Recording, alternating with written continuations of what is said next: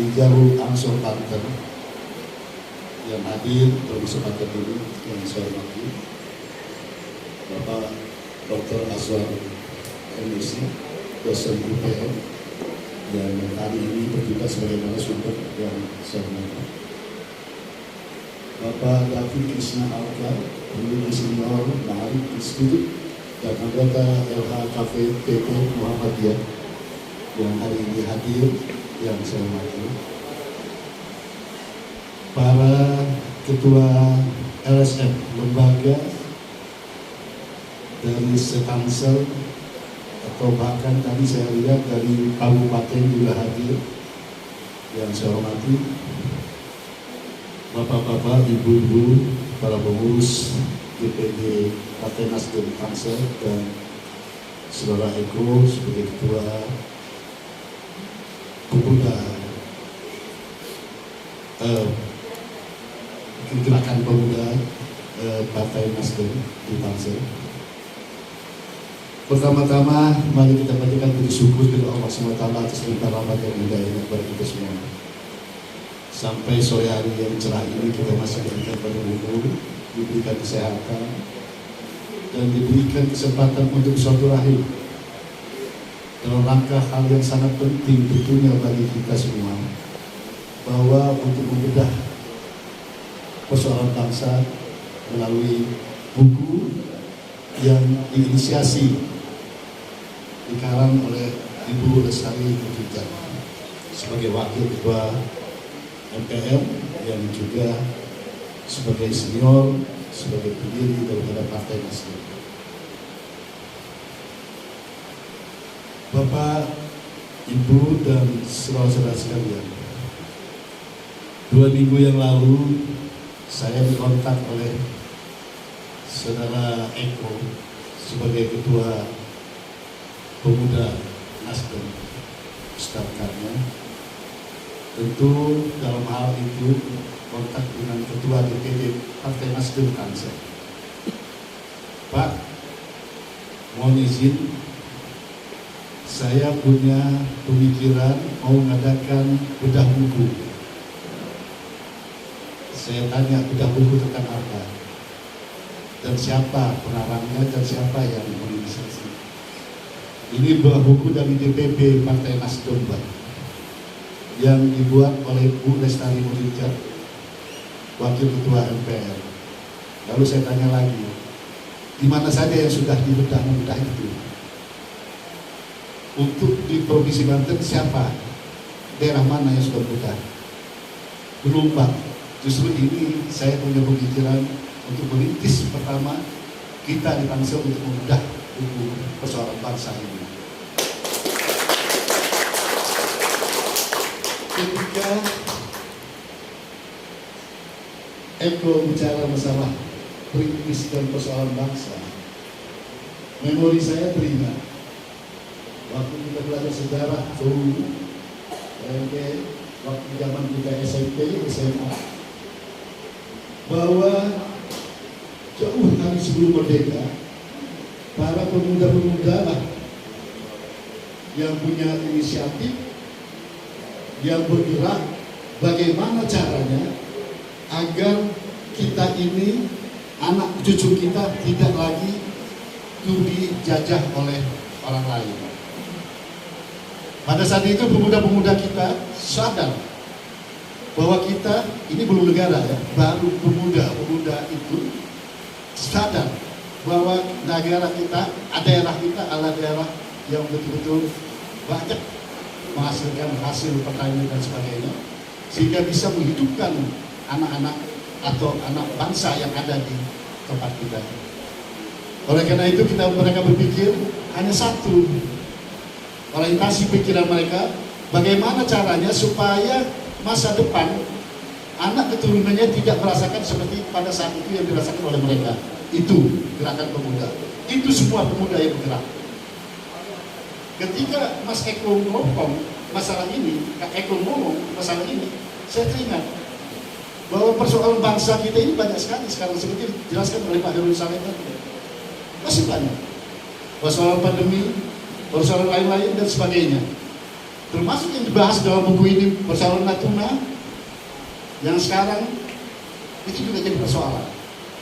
Persoalan bangsa kita ini, misalnya seperti masalah keguruan, masalah kedewasaan dalam memanage negara ini juga masih dalam persoalan.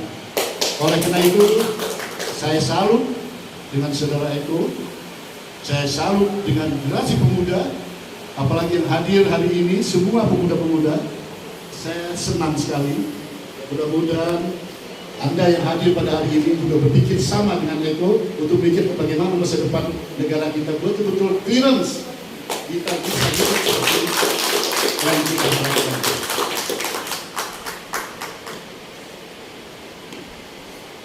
Hadirin yang saya hormati, munculnya persoalan di tengah sosial masyarakat merupakan suatu hal yang saya pisahkan dari proses tumbuh dan berkembangnya suatu negara. Terlebih lagi di Indonesia yang masyarakatnya plural, ragam persoalan pastilah tanpa henti buat kehidupan sehari-hari. Karena Indonesia ini sangat luas, dari beberapa pulau terdiri dari beberapa suku, sehingga tidak mungkin terhindari, pasti akan terjadi hal-hal yang tidak kita kendaki apabila kita salah memanage daripada bangsa ini. Muncul suatu pertanyaan dasar bagi kita semua, terutama bagi saya tentunya. Apakah persoalan bangsa tersebut melalui menjadi persoalan pemerintah saja? Apakah persoalan bangsa tersebut hanya semata-mata itu adalah persoalan pemerintah saja? Tentunya tidak. Pemerintah tidak mungkin bisa berjalan sendiri tanpa ada partisipasi dan dukungan dari masyarakatnya.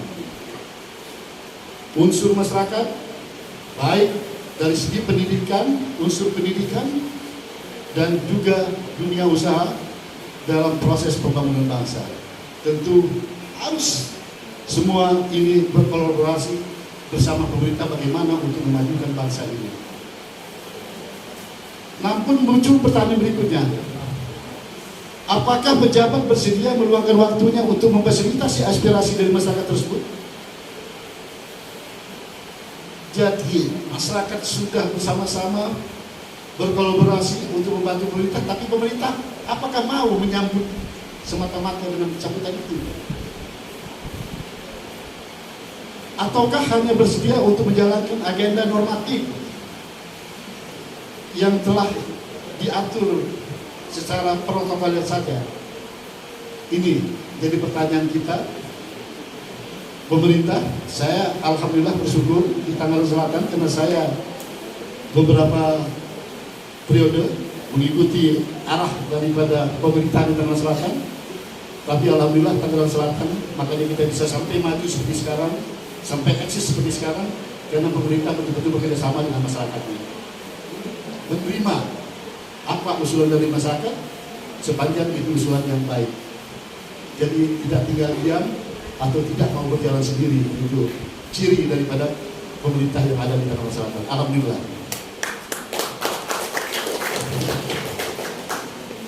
Untuk itu, karena betapa banyak persoalan dalam negara ini, saya memberikan apresiasi setinggi-tingginya kepada Ibu Lestari Mudirjat selaku Wakil Ketua MPR RI yang telah menjawab pertanyaan bersama kita tersebut. Salah satunya melalui peluncuran buku Membedah Persoalan Bangsa yang berasal dari rangkaian kegiatan ruang diskusi dengan bermacam elemen masyarakat untuk mencoba merumuskan solusi atas berbagai persoalan bangsa yang dilakukan dari rumah dinas beliau. Ini kita harus berterima kasih dan bersyukur mempunyai wakil ketua MPR yang mengingatkan kita bahwa kita harus selalu berpikir untuk masyarakat. Inilah. Karena pada dasarnya rumah dinas pada umumnya, saudara-saudara kita bisa lihat, rumah dinas merupakan rumah prestis. Bahwa saya sebagai kepala ini, sebagai ini rumah dinas saya, dan yang saya terima dalam rumah dinas itu adalah orang-orang yang dinas atau pejabat. Tapi ini rumah dinas wakil ketua MPR dipersiapkan untuk membahas semua masalah dan semua unsur masyarakat bisa hadir di situ untuk menyampaikan masalah dan membedah segala masalah yang terkait dengan ini. Sekali lagi kita sangat menghormati dan salut, sangat apresiasi kepada Ibu Lestari Mudinda. Buku ini saya rasa sangat penting sebagai rekomendasi bagi pemerintah, panduan bagi masyarakat umum, referensi bagi dunia pendidikan, dan lebih khusus sebagai inspirasi bagi kader Partai Nasdem seluruh Indonesia dan pemuda-pemuda yang hadir pada hari ini. Buku ini walaupun cukup ringkas dalam pembahasan berbagai masalah multidimensi, namun analisa para narasumber tetap dapat disajikan secara komprehensif, berbasis data atau kejadian faktual. Menariknya lagi, penyampaian analisa yang tajam dapat disampaikan dengan bahasa yang sangat santai, gampang dimengerti. Nanti baca bukunya, gampang dimengerti. Permasalahan bangsa yang dibahas mulai soal rancangan undang-undang yang belum rampung, konflik di berbagai daerah, hingga ragam masalah politik, sosial, serta pendidikan. Salah satu diskusi yang menarik bagi saya adalah pada rancangan undang-undang yang erat dengan hak kemanusiaan masyarakat, yaitu rancangan undang-undang perlindungan pekerja rumah tangga.